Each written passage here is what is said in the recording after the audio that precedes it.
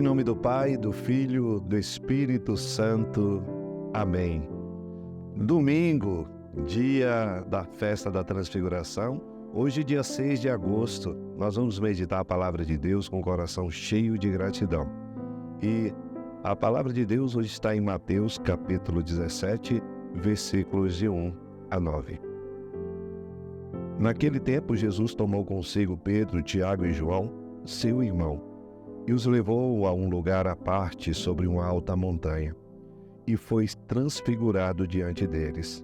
O seu rosto brilhou como o sol, e suas roupas ficaram brancas como a luz. Nisto apareceram-lhes Moisés e Elias conversando com Jesus. Então Pedro tomou a palavra e disse: Senhor, é bom ficarmos aqui. Se queres, vou fazer aqui 3 tendas, uma para ti, outra para Moisés e outra para Elias. Pedro ainda estava falando quando uma nuvem luminosa os cobriu com uma sombra. E da nuvem uma voz dizia: Este é meu filho amado, no qual eu pus todo o meu agrado. Escutai-o.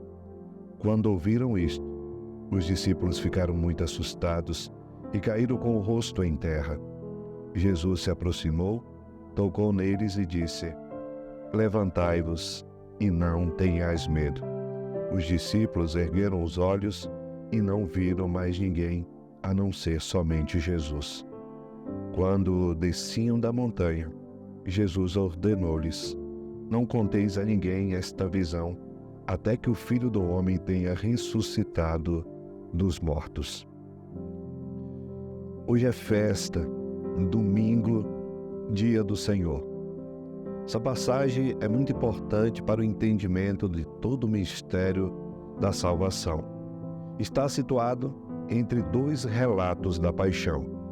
Jesus, ele não fala a Pedro, Tiago e João aonde eles estão indo, nem o que vão fazer. Eles já estão acostumados ao chamado de Jesus. Eles apenas obedecem.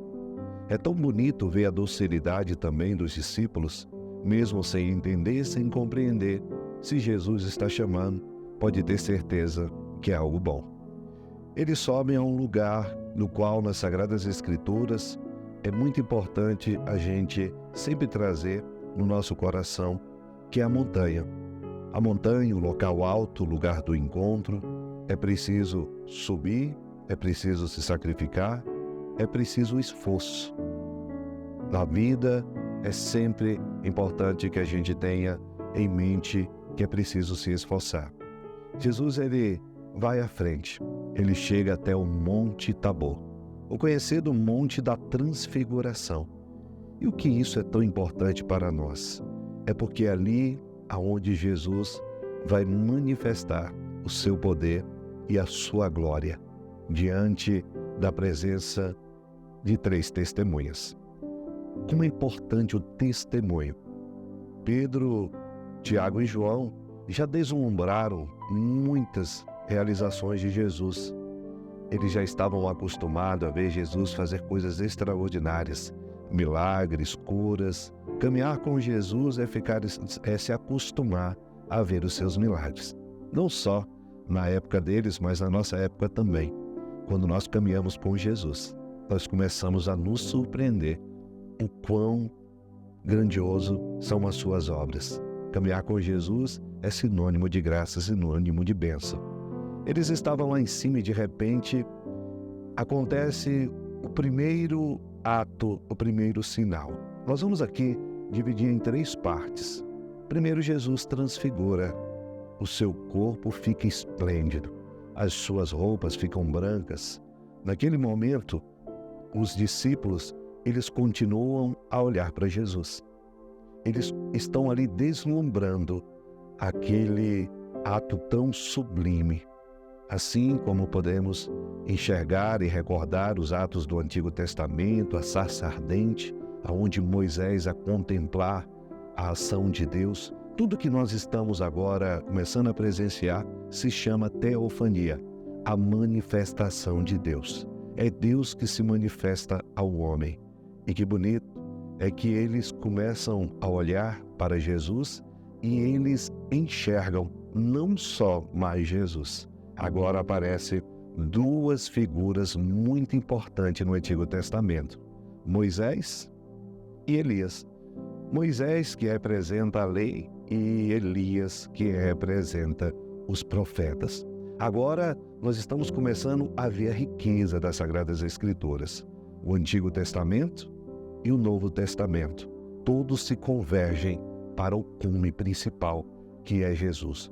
Jesus é o centro de toda a história da salvação. Calma, pois por enquanto é o progresso da manifestação de Deus. Jesus já demonstrou ali, através daquele momento, das suas roupas, do seu rosto. É como se Jesus estivesse iluminando de dentro para fora. Eu sou a luz do mundo, quem me segue não andará nas trevas, mas terá a luz da vida. E Pedro se empolga. Pedro não tem medo de Moisés e Elias. Ele se aproxima de uma forma muito singela e humilde e ali pergunta para Jesus: tu não queres que a gente faça 3 tendas, uma para ti, outra para Moisés, outra para Elias? Recordando também e fazendo a gente recordar das tendas da reunião. Moisés, que ali, diante daquilo que Deus sempre ordenara, construir a tenda do encontro, a tenda da reunião. Jesus, ele não responde nada, porque não dá tempo. Agora chegou o momento do ato supremo e maior. Agora é o próprio Deus que se manifesta. Como também no Antigo Testamento, a gente vai ver muitas vezes a figura da nuvem. Enquanto Pedro ali terminava de falar, veio uma nuvem, uma fumaça, e os encobriu. Nesse momento passa apenas daqueles 2 homens, Moisés e Elias, e agora é o próprio Deus que se comunica ao homem. E que bonito, porque quando a voz que vem do céu faz ecoar no ouvido dos apóstolos, eles agora sentem temor, o medo apodera. Enquanto a relação com o homem, Moisés e Elias, as grandes figuras do Antigo Testamento, o homem permanece de cabeça erguida a contemplar, se alegrar e desejar ali permanecer. Mas quando Deus fala, é o momento do homem se prostrar, do homem reconhecer que de fato a voz de Deus faz o homem chegar ao temor. Pedro se prostra, os apóstolos com medo, e de repente toda aquela manifestação: eis o meu filho amado, do qual eu pus o meu amparo. Pronto. Não preciso de mais nada. Nós não precisamos inventar, filhos amados. Nós não precisamos inventar. É preciso saber apenas aquilo do qual Deus nos diz. Jesus se manifesta, agora o Pai, que pela segunda vez se manifesta novamente através da sua voz. Lembra no batismo também, do qual a voz que veio do alto: este é meu filho amado. Agora novamente nós recordamos, do qual a voz de Deus diz: é Ele. Ele é a testemunha esperada. É Jesus. Ficou gravado no coração dos apóstolos. Lembra a sequência daquilo que aqueles homens estão experimentando. Pedro, Tiago e João se tornam testemunhas das graças de Deus. Eles, sem saber, foram escolhidos para ser os propagadores da palavra de Deus. Em Atos dos Apóstolos, eles vão dizer: não podemos deixar de falar do que vimos e ouvimos. Eles são testemunhas principais do anúncio da palavra de Deus. Jesus viu que eles estavam com medo, Moisés e Elias já não estavam lá, a nuvem já tinha saído e eles estavam prostrados com medo. Jesus o toca e fala: levanta, não tenhas medo. Aí é preciso descer. Como é bom a gente permanecer em momentos como esse.